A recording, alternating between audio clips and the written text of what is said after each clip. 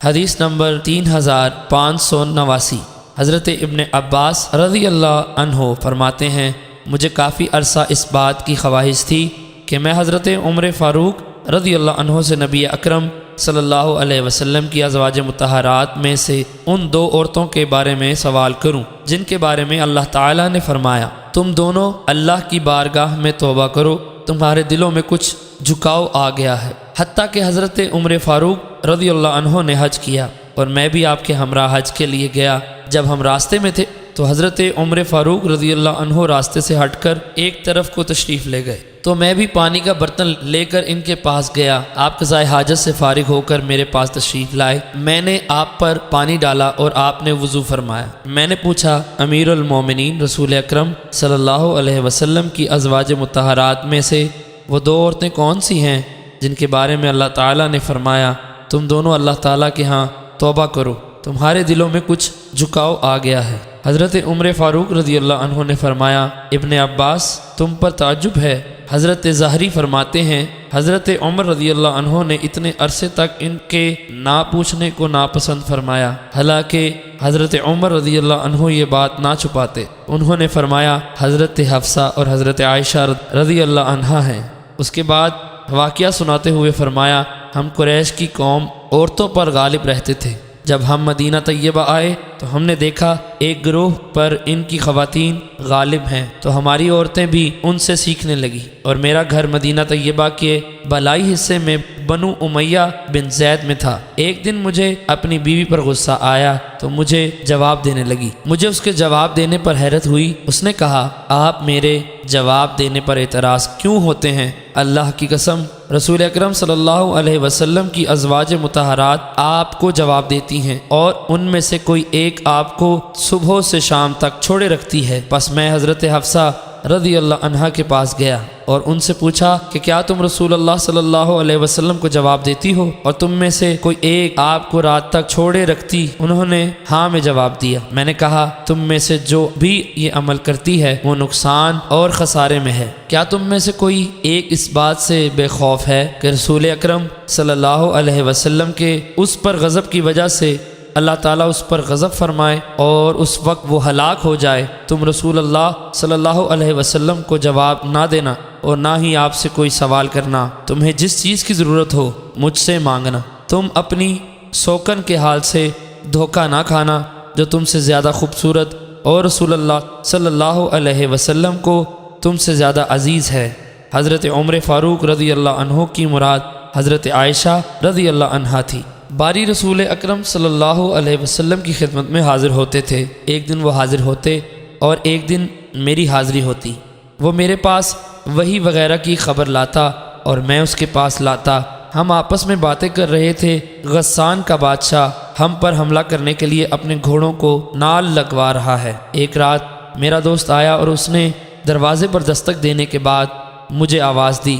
میں باہر نکلا تو اس نے کہا، ایک بہت بڑی بات ہو گئی ہے۔ میں نے پوچھا، کیا ہوا؟ کیا غسان نے حملہ کر دیا؟ اس نے کہا، نہیں، اس سے بھی بڑا واقعہ ہوا ہے۔ نبی اکرم صلی اللہ علیہ وسلم نے اپنی ازواج مطہرات کو طلاق دے دی ہے۔ میں نے کہا، حفصہ خسارے اور نقصان میں ہو گئی، اور مجھے اس حادثہ کا پہلے ہی گمان تھا۔ حتیٰ کہ میں نے صبح کی نماز پڑھی اور اپنے کپڑے لے کر روانہ ہوا اور حضرت حفصہ رضی اللہ عنہا کے پاس گیا جو رو رہی تھی۔ میں نے پوچھا، کیا رسول اکرم صلی اللہ علیہ وسلم نے تم لوگوں کو طلاق دے دی ہے؟ انہوں نے کہا، مجھے معلوم نہیں۔ رسول اکرم صلی اللہ علیہ وسلم بالا خانہ میں تشریف فرما ہیں۔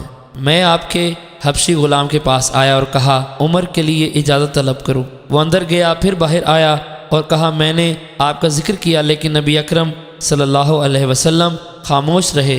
میں ممبر شریف کے پاس جا کر بیٹھ گیا۔ وہاں ایک گروہ بیٹھا ہوا تھا جن میں سے بعض رو رہے تھے۔ میں تھوڑی دیر بیٹھا، پھر مجھ سے نہ رہا گیا اور میں غلام کے پاس آیا اور کہا، رسول اللہ صلی اللہ علیہ وسلم سے میرے لیے اجازت طلب کرو۔ وہ اندر گیا، پھر باہر آیا اور کہا، میں نے آپ کا ذکر کیا لیکن آپ خاموش رہے۔ میں واپس ہو گیا تو غلام مجھے آواز دینے لگا کہ آ جائیں، آپ کو اجازت مل گئی ہے۔ میں اندر گیا اور آپ کی خدمت میں سلام عرض کیا۔ آپ ایک چٹائی پر ٹیک لگائے بیٹھے تھے اور آپ کے پہلو میں اس کے نشانات تھے۔ میں نے پوچھا، یا رسول اللہ کیا آپ نے ازواج مطہرات کو طلاق دے دی ہے؟ آپ نے اپنا سر انور اٹھا کر میری طرف دیکھا اور فرمایا نہیں۔ میں نے نعرہ تکبیر بلند کیا اور کہا یا رسول اللہ، دیکھیے ہم قریش لوگ عورتوں پر حاوی تھے۔ جب ہم مدینہ طیبہ آئے تو ہم نے ایسی قوم کو پایا جن کی عورتیں ان پر غالب ہیں، بس ہماری عورتیں بھی ان سے سیکھنے لگی۔ ایک دن میں اپنی بیوی پر ناراض ہوا تو اس نے مجھے جواب دیا، جس پر مجھے تعجب ہوا۔ اس نے کہا تمہیں میرا جواب دینے پر اعتراض کیوں ہے؟ اللہ کی قسم، رسول اکرم صلی اللہ علیہ وسلم کی ازواج آپ کو جواب دیتی ہیں اور ان میں سے ایک آپ کو دن بھر رات تک چھوڑے رکھتی ہے۔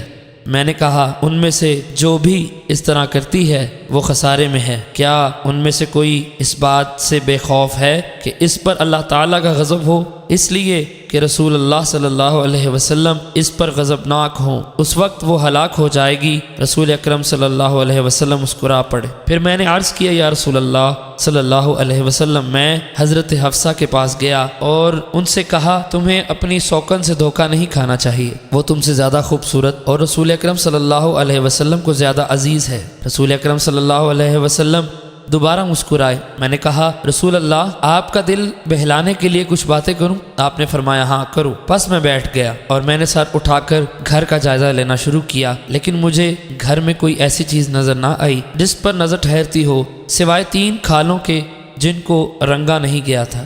میں نے عرض کیا یا رسول اللہ، اللہ تعالیٰ سے دعا کیجئے کہ وہ آپ کی امت کو کشادگی عطا فرمائے۔ فارس اور روم والوں کو وسعت حاصل ہے، حالانکہ وہ اللہ تعالیٰ کی عبادت نہیں کرتے۔ یہ سن کر رسول کریم صلی اللہ علیہ وسلم سیدھے ہو کر بیٹھ گئے اور فرمایا اے ابن خطاب، تم شک میں ہو؟ وہ لوگ ایسی قوم ہیں جن کو اچھی چیزیں دنیا ہی میں دی گئی۔ میں نے کہا یا رسول اللہ، میرے لیے طلب مغفرت کیجیے۔ اور نبی اکرم صلی اللہ علیہ وسلم نے شدت رنج کی وجہ سے قسم کھائی تھی کہ 1 ماہ تک ازواج مطہرات کے پاس نہیں جائیں گے، حتیٰ کہ اللہ تعالیٰ نے آپ کو ان کی طرف متوجہ کر دیا۔ حضرت ظاہری فرماتے ہیں حضرت عروہ نے حضرت عائشہ رضی اللہ عنہا سے روایت کرتے ہوئے مجھے بتایا کہ جب 29 راتیں گزر گئی تو حضور علیہ السلام سب سے پہلے میرے پاس تشریف لائے۔ میں نے عرض کیا یا رسول اللہ صلی اللہ علیہ وسلم، آپ نے قسم کھائی تھی کہ 1 ماہ تک ہمارے پاس تشریف نہیں لائیں گے اور آپ 29 دنوں کے بعد تشریف لائے، میں تو گنتی کر رہی ہوں۔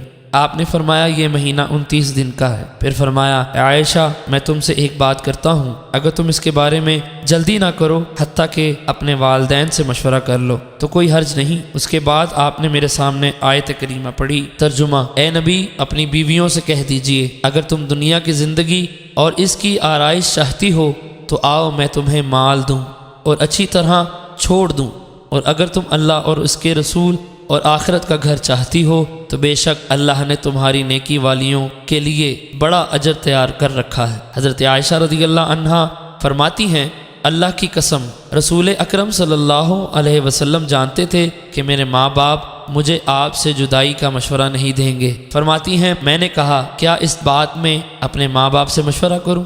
آپ نے اللہ تعالیٰ، اس کے رسول صلی اللہ علیہ وسلم اور آخرت کے گھر کو اختیار کیا۔ حضرت معمر فرماتے ہیں مجھے حضرت ایوب نے خبر دی کہ حضرت عائشہ رضی اللہ عنہا نے عرض کیا کہ آپ دیگر ازواج مطہرات کو اس بات کی خبر نہ دیں کہ میں نے آپ کو اختیار کیا ہے۔ نبی اکرم صلی اللہ علیہ وسلم نے ان سے فرمایا اللہ تعالیٰ نے مجھے مبلغ بنا کر بھیجا ہے، مشقت میں ڈالنے والا نہیں۔ حضرت قتادہ فرماتے ہیں ساغت قلوبکما کا معنی یہ ہے کہ تم دونوں کے دل جھک گئے۔